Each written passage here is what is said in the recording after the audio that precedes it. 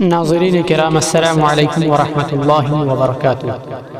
آج کی اس ویڈیو میں پیش ہے 10 باتوں کی وصیت۔ حضرت معاذ ابن جبل رضی اللہ تعالی عنہ فرماتے ہیں کہ مجھے اللہ کے رسول صلی اللہ علیہ وسلم نے 10 باتوں کی وصیت کی۔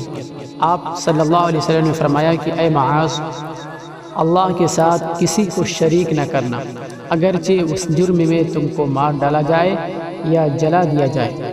اپنے والدین کی نافرمانی نہ کرنا، اگرچہ وہ دونوں تم کو حکم دیں کہ اپنی بیوی کو چھوڑ دو اور اپنے مال سے دستبردار ہو جاؤ۔ کوئی فرض نماز ہرگز ترک نہ کرنا، اس لیے کہ جو شخص قصداً فرض نماز چھوڑ دیتا ہے اللہ تعالیٰ کی حفاظت اور نگرانی سے محروم ہو جاتا ہے۔